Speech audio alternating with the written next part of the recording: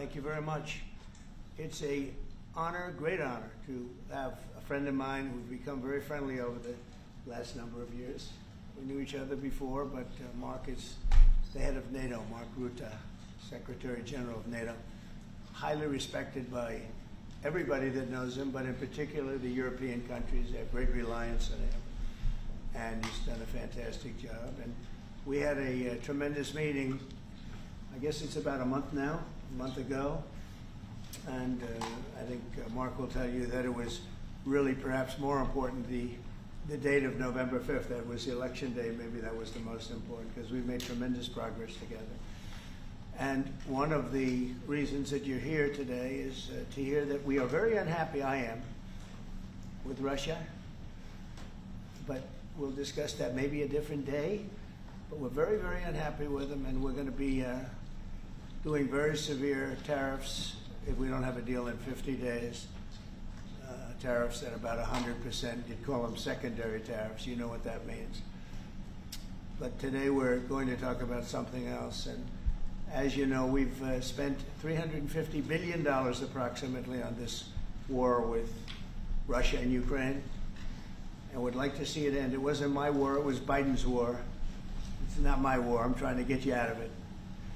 And we want to see it end. And I'm disappointed in President Putin, because I thought we would have had a deal 2 months ago, but it doesn't seem to get there.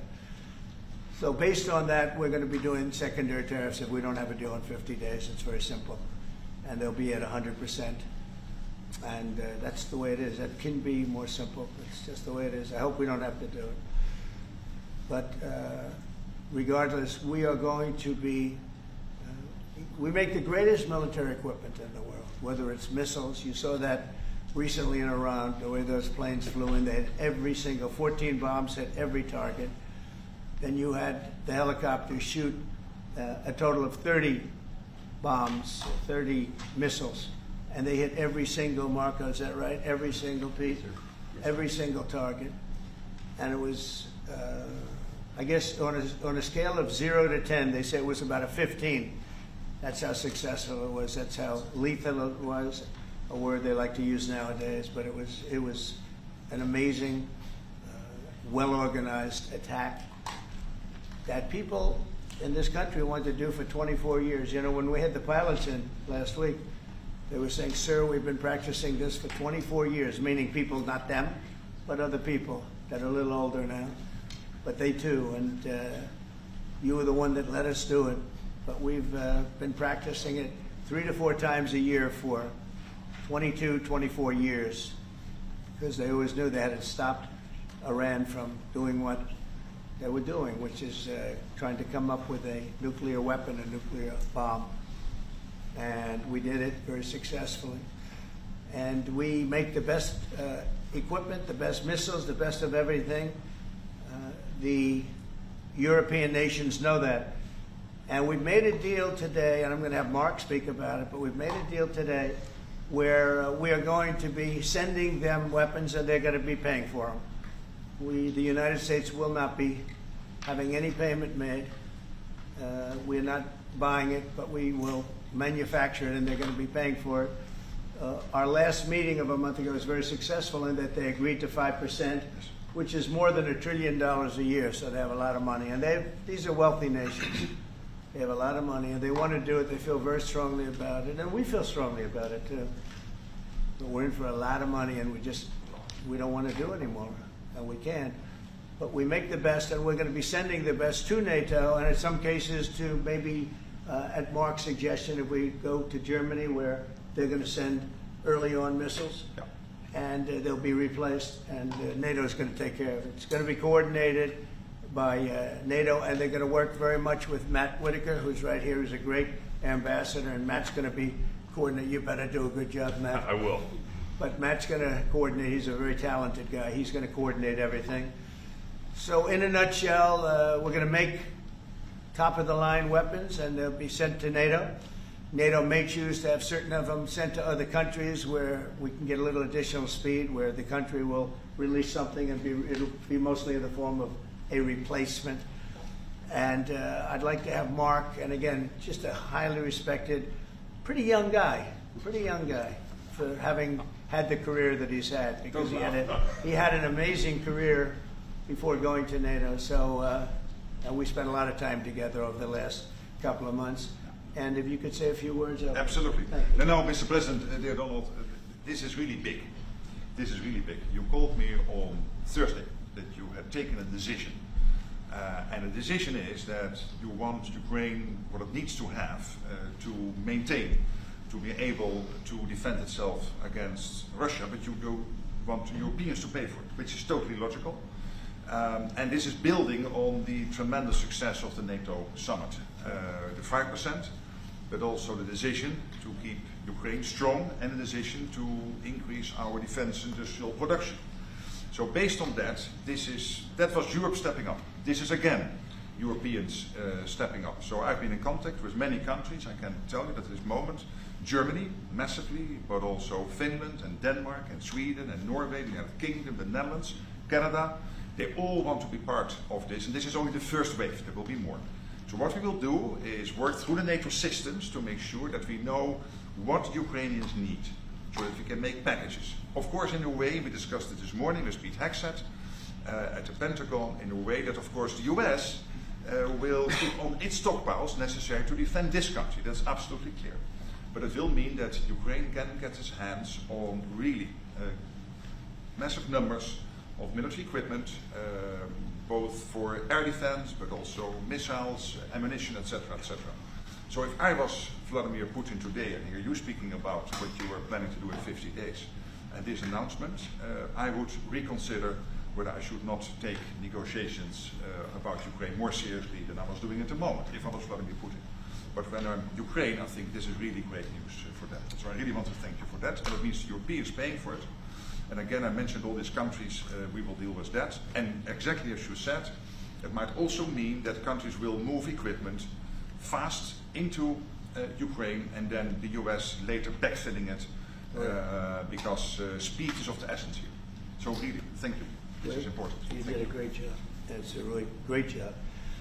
We've been very successful in settling wars. You have India, Pakistan, you have Rwanda and the Congo. That was going on for 30 years. India, by the way, and Pakistan would have been a nuclear war within another week, the way that was going. That was going very badly. And we did that through trade.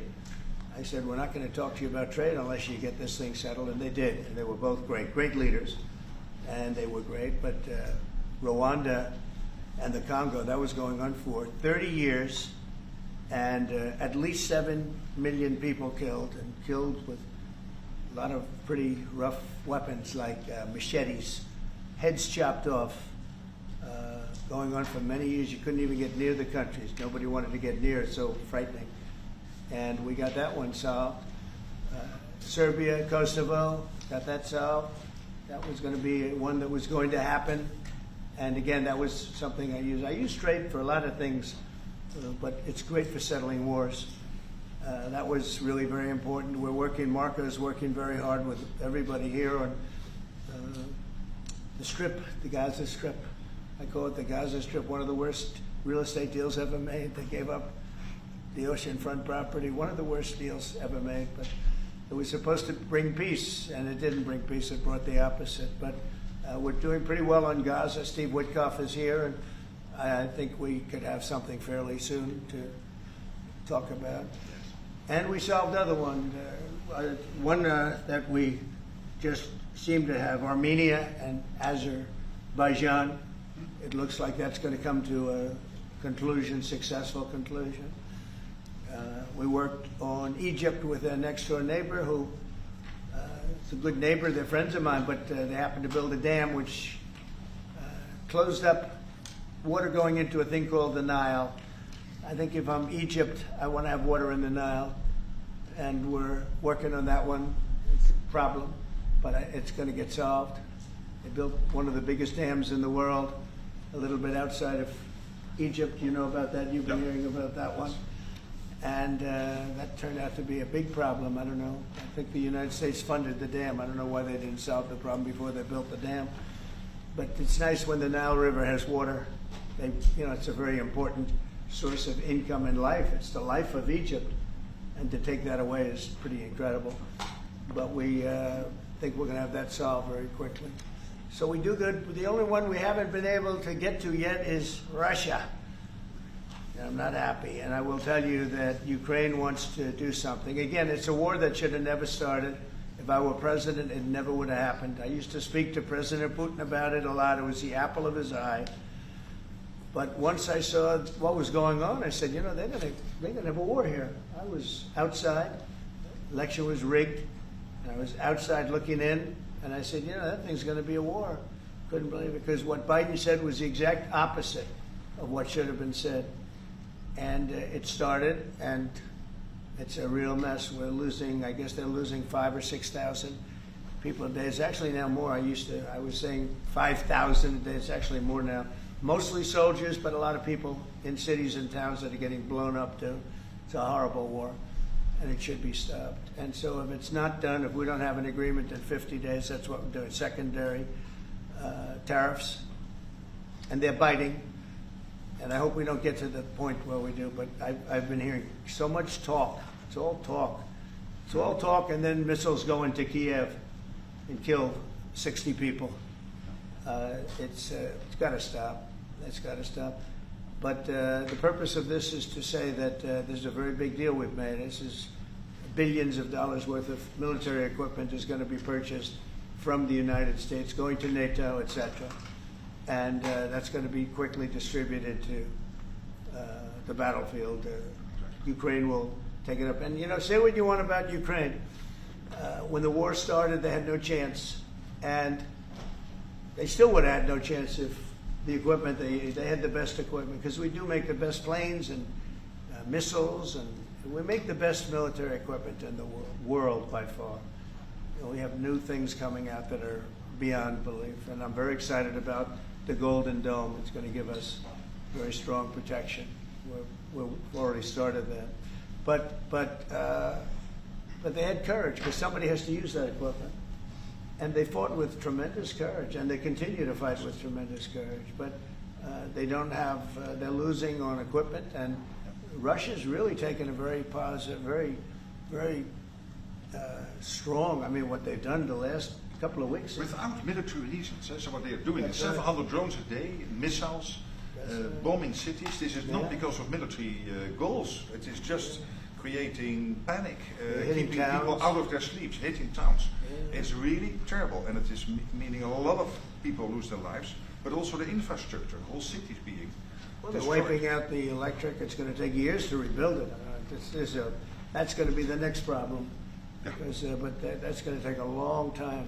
Cities, many of the cities are knocked down to the ground. Many of the people have left, but many have stayed. I don't know. They actually stay. Most have stayed, actually. It's incredible that they stay, and knowing that a missile could be hitting your apartment house, and your apartment house that you're sitting in could collapse on top of you. And they do very heavy construction. They don't use rebar. They do very thick concrete construction.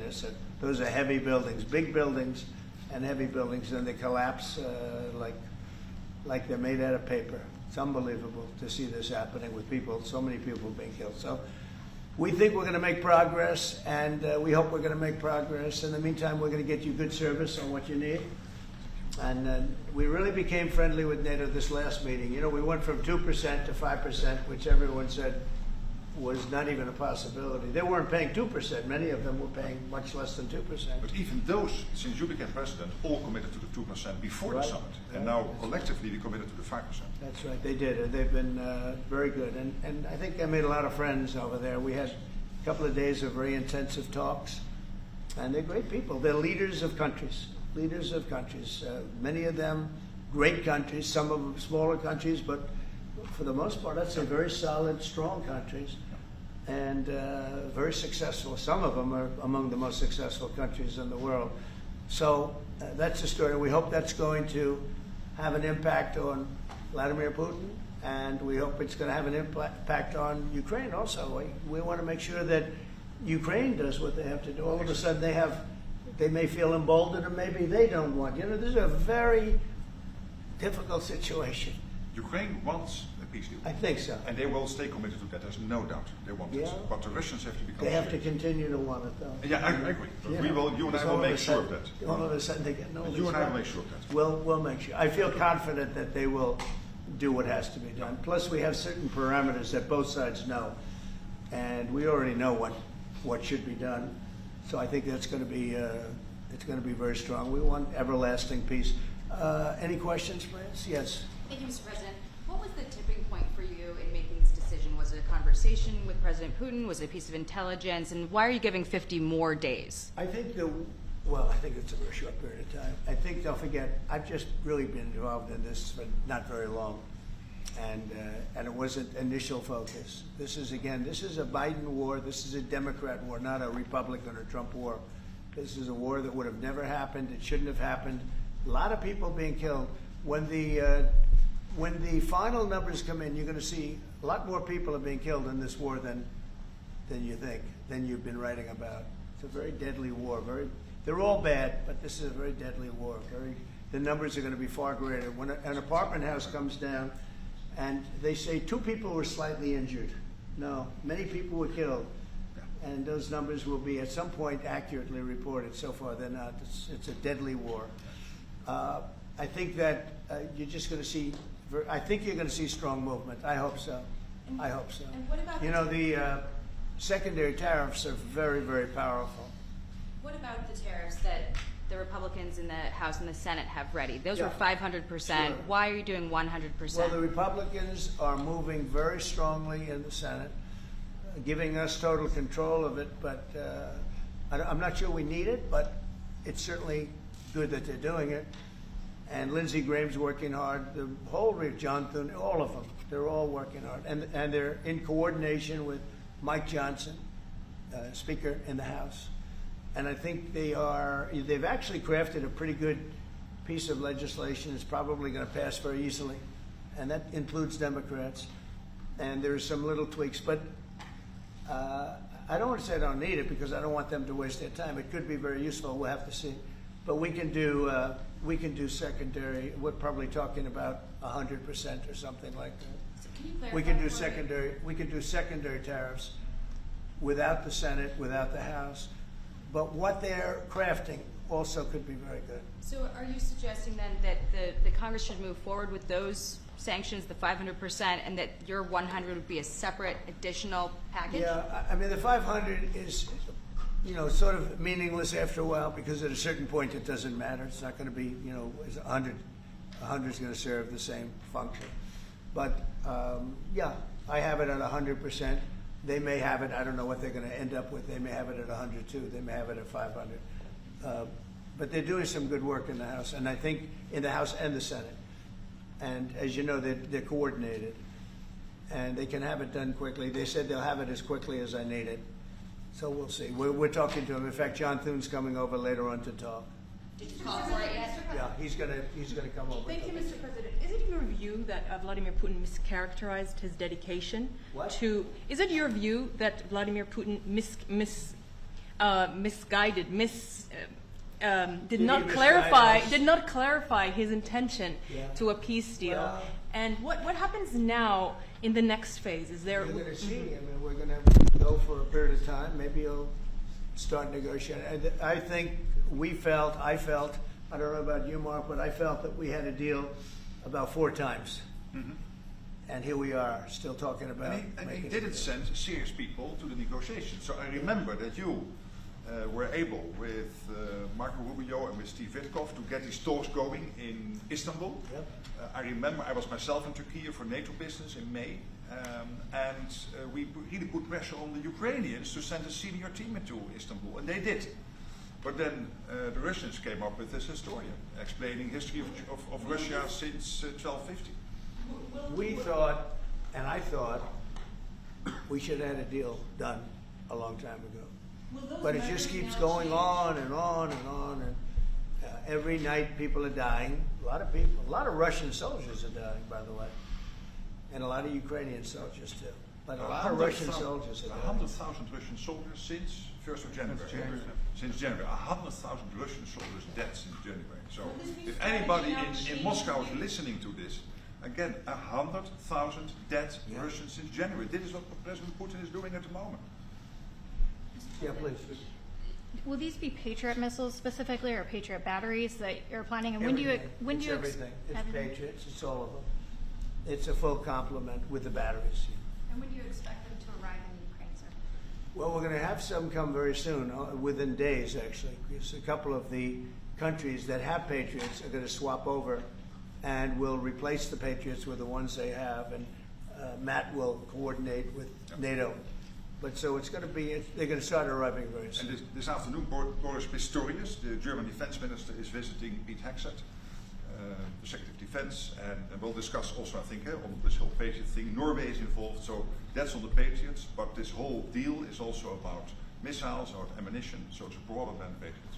We have one country that has 17 Patriots getting ready to be shipped. They're not going to need them for them. So we're going to work a deal where the 17 will go, or a big portion of the 17 will go to the war side. Mr. President.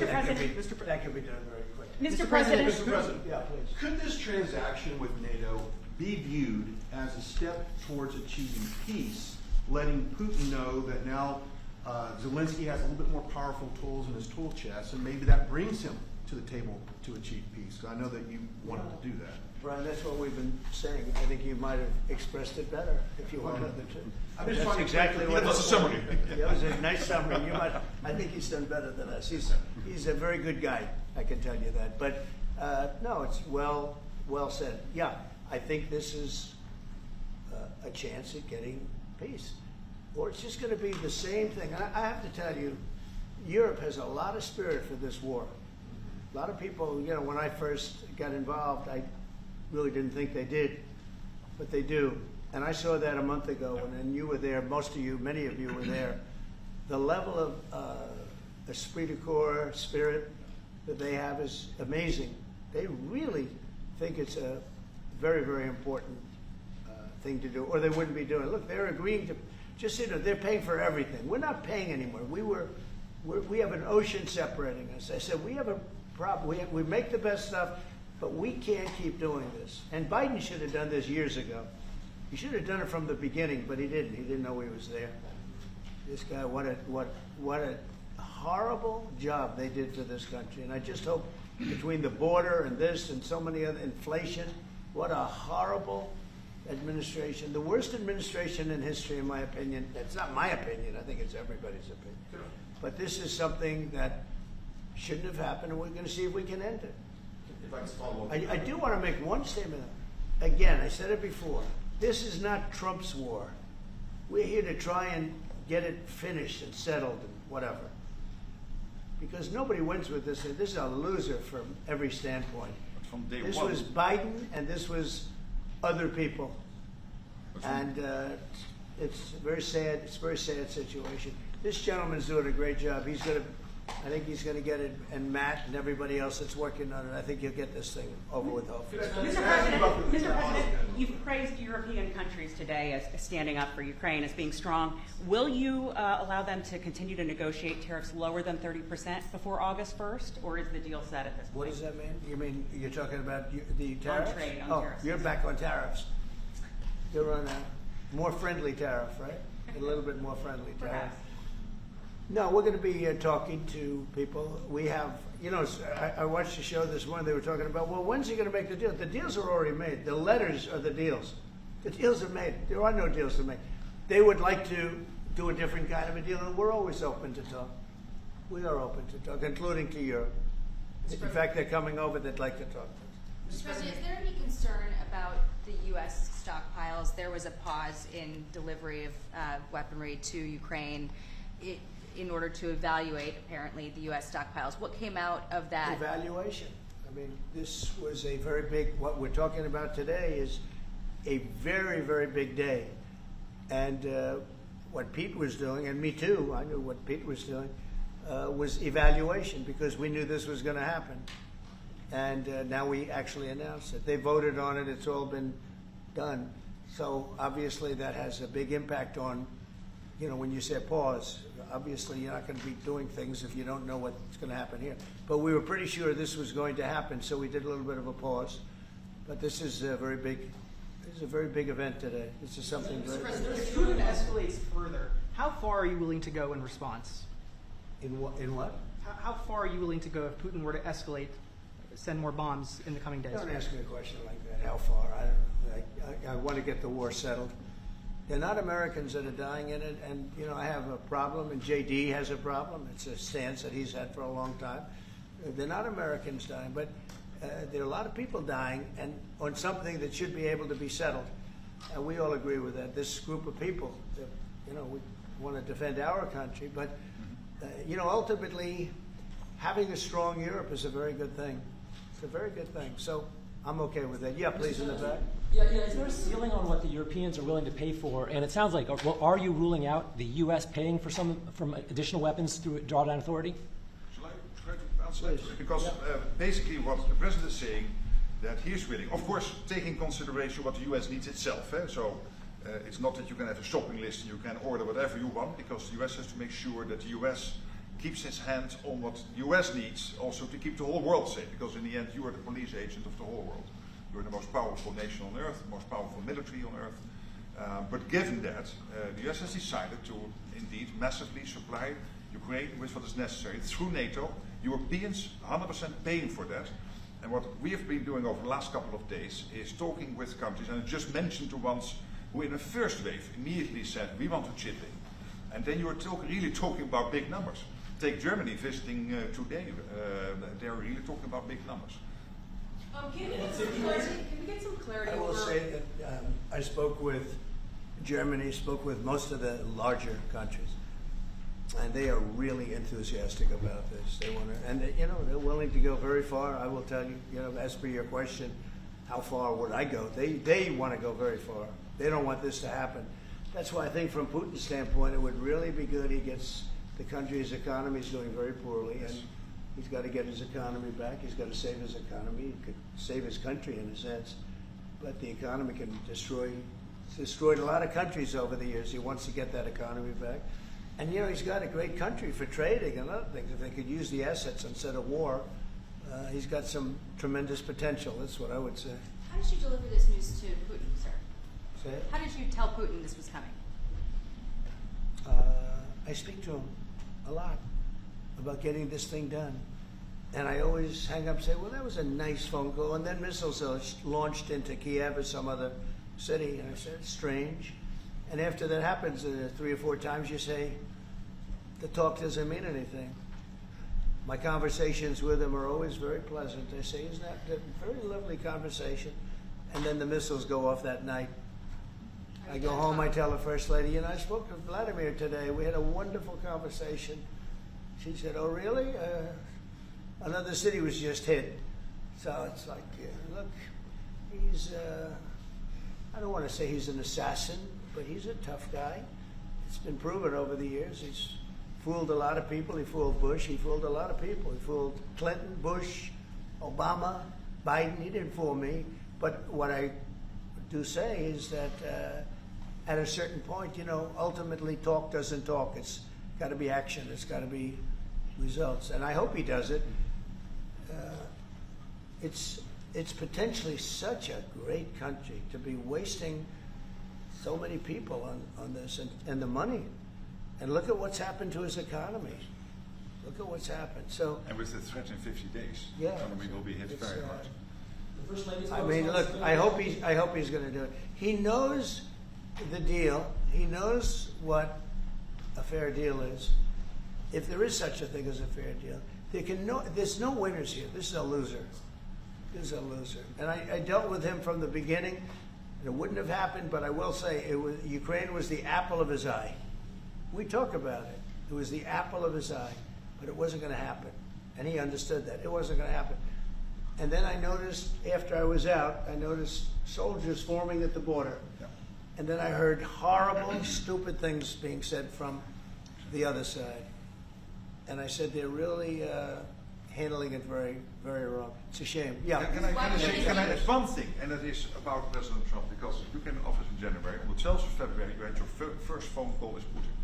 I think you did exactly what I hoped you would do. That is breaking the deadlock, starting the conversation, because you have to test him. I know Putin very well from the days when I was Prime Minister in the Netherlands. You have to test him. And you did this, and you really gave him a chance to be serious, to get to the table, to start negotiations. Steve Witkoff, Marco Rubio, we all tried to help you. But you've now come to a point where you're saying, well, hey. We actually thought we had have to get probably serious. 4 times the deal. Yeah. I mean, you would have called and would have said, Yeah. this looks good. Yeah. And then the deal wouldn't happen because bombs would be thrown out that night and you'd say, we're not making any deals. It was like... But it's you very- making the deadlock was crucial because you had to start that process. And you were the only one who was able to do that. I think we'll get it done. Do you think he's reasonable enough to negotiate an end to I think we're this? going to get it done. I think, look, this is a very powerful situation. You have very wealthy countries buying the best equipment in the world. And we have the best equipment in the world. We make equipment like no other. You know, our submarines, nuclear submarines, are so powerful. They're the most powerful weapon ever built. And we have the best in the world they're 20 years behind, 25 years behind us. We have the greatest equipment anywhere in the world. I just hope we don't have to use it. Yeah, please. Thank you, Mr. President. On a separate topic here, President Biden, of all people, spoke to the New York Times over the weekend. He did not speak to them on the record during his time in office at all, but he spoke to them recently. And he defended his use of the auto pen and said that he signed off on every decision. But at the same time, the Times reports that he did not individually approve each name for the categorical pardons that applied to large numbers of people. What are your take on that? Any new revelations from that? Well, I mean, you're talking about the auto pen. Look, the auto pen, I think, is maybe one of the biggest scandals that we've had in 50 to 100 years. This is a tremendous scandal. And I know the people on the other side of see that desk, that Resolute desk? Unfortunately, he used it before me. But, you know, we have our choice of 7 desks. They're all beautiful. But I chose the Resolute, and so did he, unfortunately. But the people on the other side of the Resolute desk, I know them. Lisa, the whole group, and they're no good. They're sick people. And I guarantee you he knew nothing about what he was signing. I guarantee it. So they're going to figure it out, and we'll see what happens. But to me, the auto pen, you know, you elected president. You know what the auto pen is supposed to do? Sign thousands of letters from young people that write. We get thousands of letters a week, Susie, right? Thousands. I mean, tens of thousands sometimes. I look at a room, there's a room where we have many, many people working, responding and sending letters back. That's what an auto pen's supposed to be. To write to a young 7-year-old boy that writes to the president and he wants to be president someday and he loves America. That's what the auto pen's supposed to be. It's not supposed to be for signing major legislation and all the things. No, the auto pen, and I doubt he knew. I doubt they even spoke to him about it. I think they had, it's called a freewheeling auto pen. Like, Biden was never for open borders. Biden was never for transgender for everyone. So I don't think I think the radical left people that took over the White House, and if I didn't win, our country was finished. You know, when I was in, and I said this a couple of times, I hope I don't bore you with it, but when I was in Saudi Arabia, I was in Qatar, I was in UAE, and then I met with all of your leaders, Yes, sir. including you, a great leader. He's now the leader of many countries, not just No. But I met with a lot of leaders over the last 2 months in the Middle East and all of the NATO countries. And I will tell you, they had one common phrase. They thought America was dead 1 year ago. And today they say, and they all say it, and I hope you'll back me up in this, but they say now it's the hottest country anywhere in the world. It is. Look at our numbers. Look at the numbers we made. You see, we made $25 billion last month. We didn't make that for years. The tariffs are kicking in. The economy is very strong. Even though we have a Fed person who's terrible, he doesn't know what the hell he's doing, but that's all right. We blow through interest rates. We're doing so well, we blow through it. Be nice because people would be able to buy housing a lot easier. But think of it. We thought your country was dead, and they were dealing with China because they were really going to China, but not anymore. But we thought your country was dead, and now you have the hottest country anywhere in the world. So we've done a really good job, and It's an honor to have this man. This man is a star, and he's going to be dealing with another one of my stars, Matt, and you're going to do a great job, Matt Whitaker, okay? Thank you very much, everybody. Thank you, guys. Thank you, guys. Thank you, guys. Thank you, guys.